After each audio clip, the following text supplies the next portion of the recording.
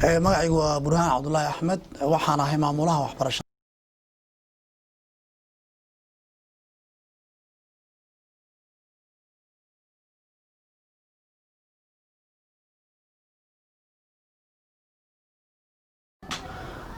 sidoo kale waxaan kamid ahay barayaasha macadka wax ka dhiga waan kamid ahay macadka hadaan taariikhda soo kooban ka hadlo waxa la asaasay sanadii 2012 ujeedooyinka loo asaasana waxay ahayd inuu daboolo baahida waxbarashada yani baahida bulshada haysa ee dhanka waxbarashada ah gaar ahaan waxbarashada dadban ayuu macadku waxa weeye xoog saaraa tusaale ahaan waxbarashada dadka waaweyn ayuu qaabilsan yahay oo bulshadu way soo qaabilaan macadka iyagoo markaa ka baranaya maadooyinka asaasiga ah sida luqadda carabiga ah far Soomaaliga xisaabta Ingiriiska afarta maado ayaa asaasi u ah muddada ardaygu uu ka gudbi karo waxbarashada dadban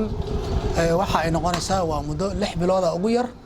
muddada ugu badanna waa sanad weeye ardaygu sanadka markuu macadka dhigto isagoo marka horena soo bilaabay waxbarashada ama bilow ka soo bilaabay ama farbarasho ka soo bilaabay sanadka kadib waxa awood u yeelan karaa inuu ku biiro waxbarashada tooska dhinac ka qabsado oo imtixaanaadka oo qabuulka ah iskuulada ardayda u qaadanaya oo ka qayb galo isagoo markaa kaashanaya aqoontiisa dadban ee uu soo bartay ka waa ujeedka loo asaasay macadka